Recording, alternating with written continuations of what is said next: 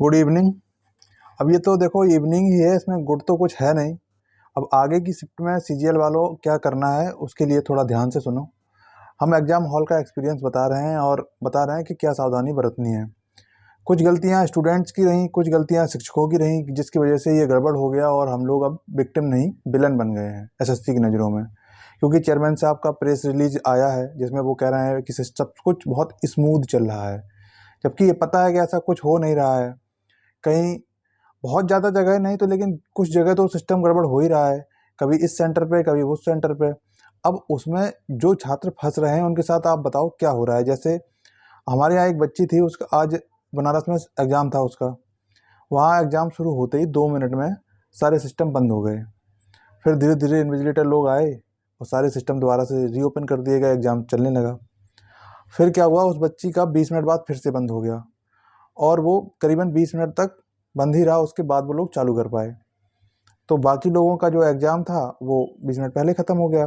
अब वो जब सब लोगों का एग्ज़ाम ख़त्म हो गया और वो 20 मिनट बाद तक एग्ज़ाम दे रही थी, तो वहाँ डिस्टरबेंस भी बहुत क्रिएट हो रहा था। कोई अपनी रफ कॉपीज़ जमा कर रहा था, कोई ये इंतज़ार में था कि वो बाहर निकले, कोई बायोमेट्रिक के लिए, कोई कुछ ऐसे करके डिस्टरबेंस हो रहा था। अब उस डिस्टरबेंस में कैसे कंसंट्रेट कोई करेगा, ये सबसे बड़ा क्वेश्चन है। अब चेयरमैन साहब ये कहते हैं कि आपका अगर कंप्यूटर बंद हो जाता है तो आपको पूरा 1 घंटा दिया जाएगा, जहाँ एग्ज़ाम ख़त्म हो रहा है वहीं से स्टार्ट करेंगे। अब आप खुद सोचो कि हम लोग ह्यूमन हैं या कंप्यूटर। ह्यूमन में क्या होता है कि जैसे हम लोग का जैसे साल भर तैयारी किए, अब वहाँ जाके अगर सिस्टम बंद हो जाता है तो पैनिक तो होगा ही। पैनिक होगा, बीपी हाई लो होगी, कुछ पसीना आएगा। और सिस्टम जब दोबारा से चालू भी हो जाएगा तो क्या जिस रिदम में तुम अपना पेपर सॉल्व कर रहे थे उस रिदम में वहीं से शुरू हो जाओगे? 1 या 2 मिनट लग ही जाएंगे, चाहे आप सुपर ह्यूमन क्यों ही ना हो। पसीना आएगा, हाथ कँप जाएगा, आप वो सोच ही नहीं पाओगे। अब ये जो पैनिक की वजह से 2 या 3 मिनट का लैप्स होता है, इसको कौन काउंट कर रहा है? और अब कट ऑफ तो पॉइंट पॉइंट का लफड़ा होता है, जानते ही हैं। तो ये कैसे स्मूथ हो गया? अब लेकिन ये है कि हमारे शिक्षक लोगों ने जो आंदोलन सेकंड वाला करवाए थे अभी, उसकी वजह से ये जो गड़बड़ें हुई, अब बच्चे विक्टिम की जगह विलन हो गए हैं। क्योंकि उनको तो लगता है कि अगर जो शिकायत अब कर रहा है लड़का, वो क्या है, वो प्रायोजित है, उसको किसी न किसी ने फंड किया है, वो ज़बरदस्ती क्वेश्चन उठा रहा है, उसकी समस्या नहीं है, ऐसा एसएससी अब मानने लगा है। क्योंकि चेयरमैन साहब की प्रेस रिलीज परसों ही आई है, आपने देखा है, उसमें साफ साफ लिखा है कि चीज़ें स्मूथ चल रही हैं। अब कैसे स्मूथ हैं ये? सिस्टम बंद हो तो हो ही रहे हैं, भले ही एक लोग का हो। अब उन्होंने खुद माना है, कभी वो कहते हैं 226 जगह कैंसिल की हैं, कभी कहते हैं 227 जगह। अब 226 जगह और 227 जगह में कितने लोग प्रभावित होंगे? तो आप ये मान के चलो ये एसएससी का न्यू नॉर्मल है। जैसे कोविड आया था, कोविड के बाद हम लोगों को कुछ गाइडलाइंस दी गई थी, बताया गया था कि ऐसे करके निकलो, मास्क लगा के निकलो, मतलब उसको फिर हम लोग धीरे धीरे नॉर्मल मान लिए थे, ये समझ लिए थे कि ये हमारा न्यू नॉर्मल है।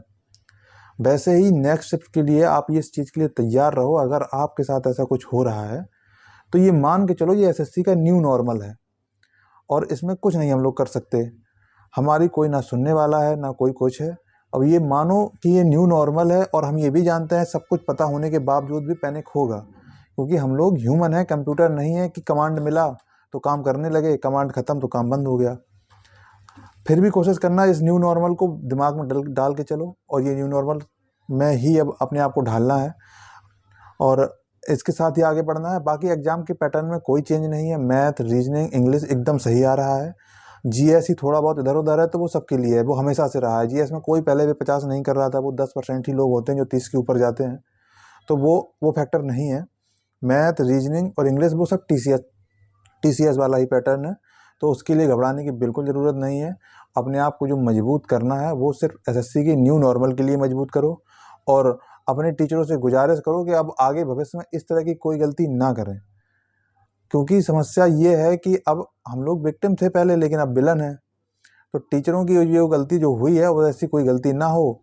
और अगर कुछ होना है आगे भविष्य में तो जो लोग पीड़ित हैं वही लोग आगे आएँ, तो ही कुछ संभव है। नहीं तो फिर बस अब भगवान ही मालिक है, यही आप लोगों से कहना है। और पेपर को हार्डनेस और इजीनेस इसके लेके बिल्कुल परेशान मत हो।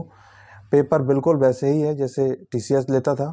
बस सिस्टम के ये जो न्यू नॉर्मल है इसमें अपने आप को ढालना है, बस यही मैसेज है। और पढ़ाई लिखाई आप जैसे कर रहे हैं करो, उसकी कोई चिंता मत करो हार्ड सरल की, बस ये न्यू नॉर्मल में खुद को ढालो और दुआ करो कि आप उस चीज़ का शिकार ना हो वैसे दुआ तो यही करनी चाहिए कि आप क्या हम कोई भी उस चीज़ का शिकार ना हो। कोई भी एक आदमी शिकार है तो समझो वो शिकार ही हो सकता है, उसका क्या अटेम्प्ट है क्या लास्ट है, यही है बात। बाकी सब ठीक है। जय हिंद। Thank you.